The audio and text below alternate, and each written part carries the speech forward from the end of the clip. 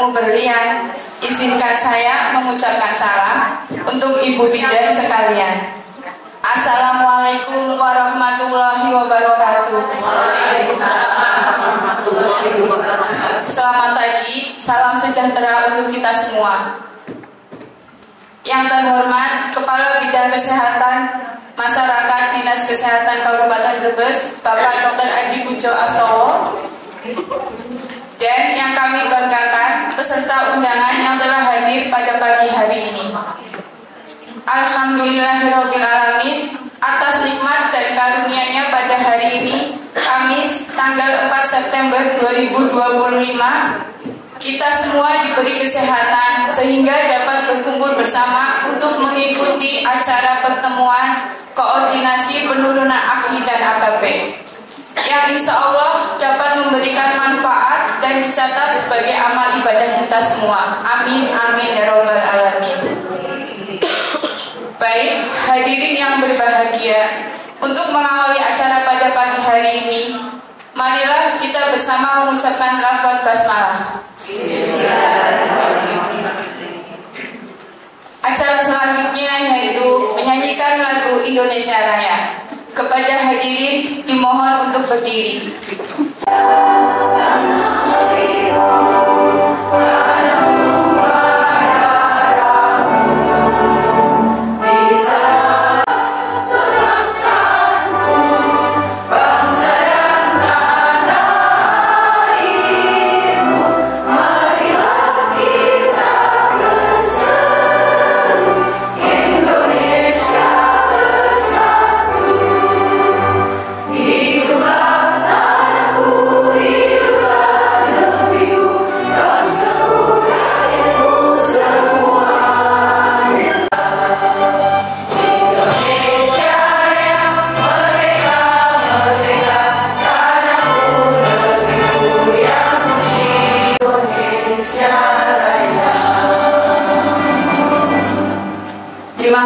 Acara berikutnya adalah sambutan sekaligus pemberian materi yang akan disampaikan oleh Kepala Bidang Kesehatan Masyarakat.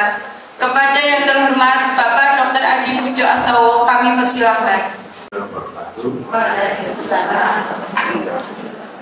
Selamat pagi, salam sehat, salam sejahtera bagi kita semua yang kami hormati dan kami banggakan, teman-teman dan desa, perwakilan dari 38 puskesmas Kabupaten Brebes yang pada pagi hari ini bisa hadir memenuhi undangan kami.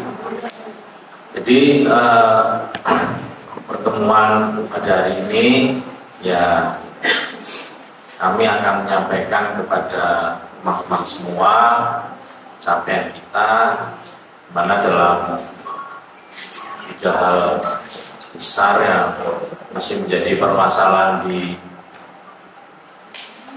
bidang ibu dan anak adalah AKI, AKB, dan juga kasus anemi pada remaja putri yang masih tinggi, di mana kita untuk di tingkat provinsi juga paling tinggi kasus untuk remaja putrinya yang anemi. Jadi juga saya tidak tahu apa karena memang tinggi atau memang screeningnya yang belum dilakukan semua atau sistem pelaporan yang belum diperbaiki ya, karena ini juga ada beberapa perbaikan catatan dan pelaporannya. Nanti kalau kurang lebih jam 1 juga ada Zoom juga untuk beberapa remaja KS hubungannya dengan pencatatan pelaporan untuk anemi.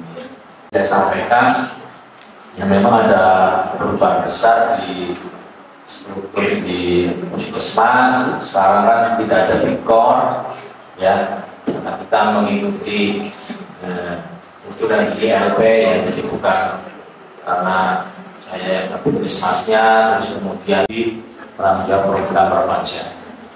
Nah, kembali pada kenapa teman-teman diundang pada pagi hari ini ya, karena kita ya pertama ingin memberikan gambaran sebetulnya permasalahan apa yang perlu kita selesaikan bersama, dan ini jelas itu bantuan yang besar ya teman-teman semua.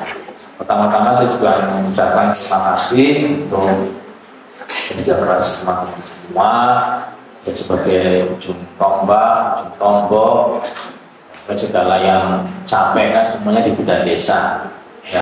Sambil kita perbaiki sistemnya, kita juga akan monitor terus supaya kita bisa menang. Jadi mungkin itu sambutan saya sebagai awal kegiatan pada pagi hari ini. Nanti bareng-bareng kita bersama-sama di paparan ini kita melihat bagaimana atau sebaik apa proses yang telah kita lakukan dan hasil-hasilnya seperti apa. Mungkin itu saja yang saya sampaikan sebagai pembuka untuk pertemuan pada hari ini. Kalau saya maaf, saya akhiri. Wassalamualaikum warahmatullahi wabarakatuh. Sekian 26.000 dan 22.000. Jumlah balitanya juga penurunan yang cukup signifikan kalau dibandingkan 2023, 2025 hanya 101 dibanding 2023 ada 112. Ya ini data Bumil Ristek Kabupaten Brebes tahun 2003 40%, 2024 49%, data Bumil 2025 Bumil Risteknya 47%. Seharusnya Bumil Ristek itu berapa sih? Berapa persen? Makinya tinggi, Bumil Risteknya ini jadi kalau mati banyak ya nggak apa-apa mestinya. Nah itu seharusnya kita merubah cara berpikirnya. Mungkin risikonya tinggi, tapi kan tidak harus berbanding lurus bahwa kalau tinggi otomatis akinya juga tinggi, gitu loh. Nah, gimana caranya? Kita perbaiki dari sistem apanya ya, semuanya dari organisasinya, dari dinas, di puskesmas, kemudian pemantauannya, cara kerja teman-teman EB, sudah lah ya udahlah, alhamdulillah selamat. Pas nifasnya tidak diperhatikan, rasanya mending. Makanya kan ada hari ke-40 ibunya meninggal.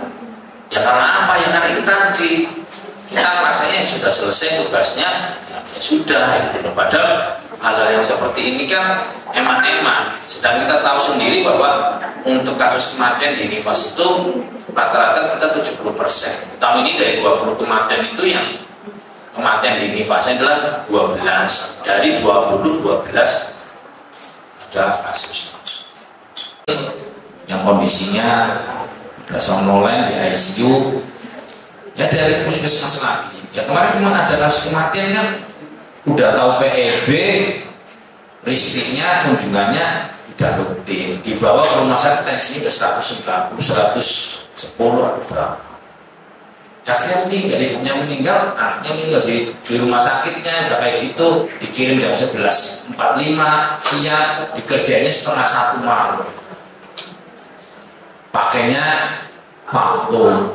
Coba bayangin aja. Dari sini kan sudah respon time dari puskesmasnya, respon time dari rumah sakitnya telat, puskesmas juga ini, gitu loh. Jadi sebetulnya kita juga menjadi terlibat juga, tersangka juga dalam kematian 2 orang pada hari itu. Ya ibunya ya bayinya udah lahir berarti 34 atau 38 itu kemarin. Kan eman-eman ya gitu loh. Jenengan ini tinggal sedikit manimbe, makanya kan selama kita tidak punya kesehatan percaya ngerti. Tapi yang jelas sudah ada bidang desa yang keluar, hidupnya lebih sukses. Ya, lanjut. Ya ini kan kasus kematian ibu per bulan. Bikin kayak gini aja nggak gampang. Dulu pertama saya datang nggak di rumah begini itu keder. Yang lebih stabil itu apa? Ya. Ya harusnya kita tuh grafiknya stabil. Kalau sistemnya jalan, ya harusnya grafiknya lebih stabil, tidak naik turun terlalu ekstrim. Lanjut. Ya, coba kembali dulu Mas. Nah ini ya kalau kita perbandingannya yang untuk 2025 kita harusnya bisa dibandingkan dengan periode sebelumnya. Ya ini ada beberapa penurunan ya. Tapi kalau di ini kita turun kalau dibanding 2024 ya di per bulannya gitu. Ya kita ngejar ke sini. Kemarin juga saya tanyakan kenapa Brebes untuk aki ini kenapa tidak pakai konstanta? Kalau konstantanya dari ekonomi penanaman investor asing, ya semua yang besar-besar itu masuknya ke Vietnam sebenarnya. Ya karena Indonesia priben ngomong pengen investor, wismen Indonesia pertama mau izin-izinnya berbelit-belit, anak pungutan sana sini bisa di pabriknya buruan pengennya. Terima kasih pada podcast yang saya dan juga keras Bapak Ibu semuanya. Itu di sini banyak yang hadir juga, ibu dari desa, kemudian dari puskesmas di Kabupaten Brebes. Jadi kami ucapkan apresiasi yang setinggi-tingginya untuk ibu-ibu semuanya. Kemudian Bapak dan Ibu kami ucapkan terima kasih juga dan juga izin memperkenalkan diri tentang. Kemudian dari Kabupaten nantinya akan melaporkan melalui Komdankesmas. Nah, namun salah satu kelemahan dari sistem tersebut yaitu kita tidak memiliki data individunya. Nah, nanti ini yang coba kita akan banyak mendiskusikan ya Bapak Ibu, yaitu untuk pencatatan data individunya. Nah, kemudian selain diskusi kesga, kami harapkan Bapak dan Ibu dari PJKNA juga melawan semua kematian ibu, bayi dan balita itu sudah kita notifikasikan di MPDM. Nah, ini juga karena ada kriteria tunda salur untuk dana PUK di Kabupaten Brebes. Nah, di tahun 2025 ini mungkin betul-betul semakin gencar ya Bapak dan Ibu untuk mengingatkan ibu-ibu semuanya perlu mengisikan dulu tanggal lahirnya supaya nanti bisa dibuatkan kode unitnya oleh sistem di Bapak dan Ibu, dan nanti saat kunjungan berikutnya ketika ibu tersebut sudah sama dengan NIK dari si ibu tersebut, sehingga NIK dari ini hanya NIK bersifat sementara ya Bapak dan Ibu. Jadi kalau sudah diketahui NIK-nya, mohon untuk bisa di-entrikan atau di-edit datanya. Nama saya Indah dari Puskesmas Brebes. Mau nanya Ibu, itu dulu kan saya pernah mencoba yang masukin impor, pakai impor. Pas itu saya masukin udah banyak ibu hamil, ada 50-an, tetapi yang masuk cuma 14. Itu kendalanya apa Ibu? Mohon untuk sudah sesuai atau belum itu, tapi kalau misalnya ada yang berhasil, kemungkinan juga ada data dari individu yang gagal tersebut yang salah. Itu nanti perlu dicek kembali file Excelnya, mana yang salah itu. Karena biasanya harusnya ada keterangan nih gagalnya karena apa. Kalau misalnya tidak ada keterangannya, mungkin perlu kita cek file Excelnya dulu, nanti boleh dibagikan kepada kami dan ditandai mana yang bulan berikutnya, pemeriksaan ASEC bulan berikutnya, dan di situ barangkali ibu hamil itu nilainya dari 23 kek, terus bulan berikutnya 24, berarti kan tidak kek ya Bu. Dan di sini kok tidak ada menu untuk lila ya Bu ya. Iya, tapi kalau untuk HB di sini ada. Soalnya kalau nilainya tidak dicantumkan di situ di keterangan resiko ini Bu, resiko kek ya. Iya, sampai kita barangkali ibu tersebut nilainya itu bertambah Bu dari bulan ke bulan, tapi di sini tidak ada menu untuk keterangan nilainya lagi Bu untuk ANC selanjutnya. Terima kasih Bu.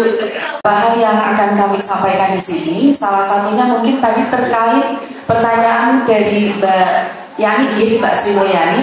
Mungkin di sini yang dimaksud adalah memang pada saat awal kita input data ibu hamil, kita akan melakukan pengukuran nila. Nah, di sini katakanlah pada saat kita melakukan pengukuran nila pada saat kontak pertama didapatkan nila hasil ukurnya 23 cm. Otomatis untuk hasil status gizinya pun akan cap.